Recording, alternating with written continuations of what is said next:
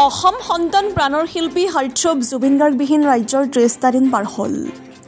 আজিও মানৱজৰদী প্ৰিয় শিল্পীক হেৰুৱাই চকুলো টুকিছে ৰাজ্যবাসীয়ে। সৰাগাঁও ৰাজহুৱা নামঘৰৰ ওচৰত জুবিন গাৰ্গৰ প্ৰতিমা নিৰ্মাণ কৰা স্থানত আজি সকলো ৰাজ্যৰ সহযোগত শ্ৰদ্ধাঞ্জলি অনুষ্ঠান অনুষ্ঠিত হৈ যায়। চন্দ ডেকাই আগধৰা অনুষ্ঠানত বন্তি প্ৰজ্বলন কৰে নামঘৰীয়া বুলন চন্দ ডেকাই। ইয়াৰ লগতে পুষ্পাঞ্জলি অৰ্পণ মৌন প্ৰাৰ্থনা অনুষ্ঠিত কৰি জুবিনৰ মায়াবিনী গীত গাই সকলোৱে দুখত ব্যাকুল হৈ স্বৰ্গলৈ কাটৰ আহ্বান উচিত ন্যায় কামনা কৰিছে। ৰহাৰ পৰা নবল টিভিৰ ৰিপৰ্ট JNK নিউজ।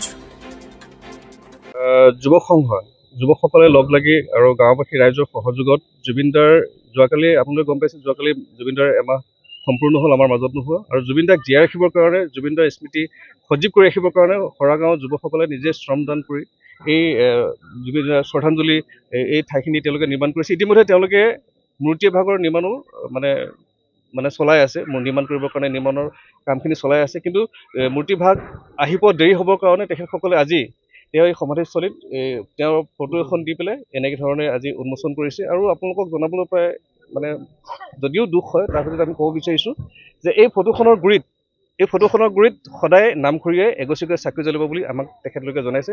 গতিকে ইয়াৰ মাজতে আমি সৰগাঁওবাসী ৰাইজক ধন্যবাদ জ্ঞাপন কৰিছোঁ যে জুবিনদাৰ প্ৰতি থকা ভালপোৱা, জুবিনদাৰ প্ৰতি থকা প্ৰেম তেখেতসকলে এনেধৰণে প্ৰকাশ কৰিছে। আৰু ইয়াৰ মাজতে আমি চৰকাৰক দাবী জনাইছোঁ যে জুবিনদাক অতি শীঘ্ৰে ন্যায় প্ৰদান কৰক।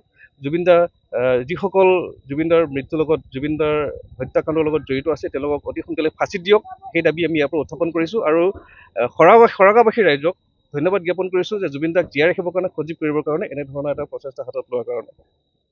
আমি আপোনালোকৰ চেনেলৰ মাধ্যমেদি আমি পুনৰবাৰ এই জুবিনদাৰ যি মহাপ্ৰয়াণ, সেই মহাপ্ৰয়াণ আমি জাষ্টিছ বিচাৰিছোঁ। আমি সদৌ অসম আমি ৰাইজে এই জাষ্টিছ বিচাৰিছোঁ যাতে জুবিনদাই ন্যায় পায়, আমি তাৰে কামনা কৰিছোঁ। আৰু সেয়েহে আমি আজি সৰাগাঁওবাসী ৰাইজে একত্ৰিত হৈ তেখেতৰ যি মৃত্যু হৈছিল সেই মৃত্যুৰ আমি মাহেকীয়া হিচাপে আমি আজি এই শ্ৰদ্ধাঞ্জলিস্থলীত সকলোৱে আমি ৰাইজক পুনৰবাৰ চৰকাৰক দাবী জনাইছোঁ যাতে জুবিনদাই ন্যায় পায়। জুবিনদাই ন্যায় পালে অসমবাসীয়েও ন্যায় পাইছে বুলি আমি ধাৰণা কৰিম। আৰু জুবিনদা এজন অৱতাৰী পুৰুষ আছিল, নহ'লে ইমান মানুহ এতিয়া বৰ্তমানো তেওঁৰ যি সমাধিস্থলী, সেই সমাধিস্থলীত হাজাৰ হাজাৰ লাখ লাখ মানুহ এতিয়াও একত্ৰিত হৈ দিনে ৰাতিয়ে পূজা প্ৰাৰ্থনা কৰি আছে আৰু নাম কীৰ্তন হৈ আছে। সেয়েহে আমি ভাবিছোঁ জুবিনদা এজন অৱতাৰী পুৰুষ, সেই অৱতাৰী পুৰুষজনক জাষ্টিছ আমি পাবই লাগিব আৰু অসম চৰকাৰে ন্যায় দিবই লাগে, আমি তাৰে কামনা কৰিছোঁ। আৰু সদৌ শেষত আমি তেওঁৰ আমাৰ বুকুৰ মাজত জীয়াই থাকিব, আমাৰ লগত থাকিব এই জুবিনদা, সকলোৱে আমি যুৱ প্ৰজন্মও থাকিব। আৰু তেওঁৰ যিখিনি আদৰ্শনীয় কাম, গছক ভাল পায়, গছ গছনি, জীৱ জন্তুক তেওঁ যেনেকৈ মৰম চেনেহ কৰিছিল, সেই মৰম চেনেহ আদৰ্শৰে যাতে আমাৰ অসমখনো পুনৰ আগুৱাই যায়, আমাৰ অসমৰ নৱপ্ৰজন্ম যাতে আমাৰ প্ৰকৃতিপ্ৰেমী হয়, গছ গছনি জীৱ জন্তুক যাতে ভাল পায়, কোনো ধৰণৰ অন্যায় অত্যাচাৰ নহয়, জুবিনদাৰ জাষ্টিছৰ হেৰিত বিনিময়ত যাতে ন্যায় শৃংখলাভাৱে আমি আগবাঢ়ি যাব পাৰোঁ, আমি তাৰে কামনা কৰিছোঁ। আৰু জুবিনদাক পুনৰবাৰ আমি ন্যায় বিচাৰিছোঁ, আমি অসম চৰকাৰক পুনৰবাৰ আমি দাবী জনাইছোঁ। ধন্যবাদ।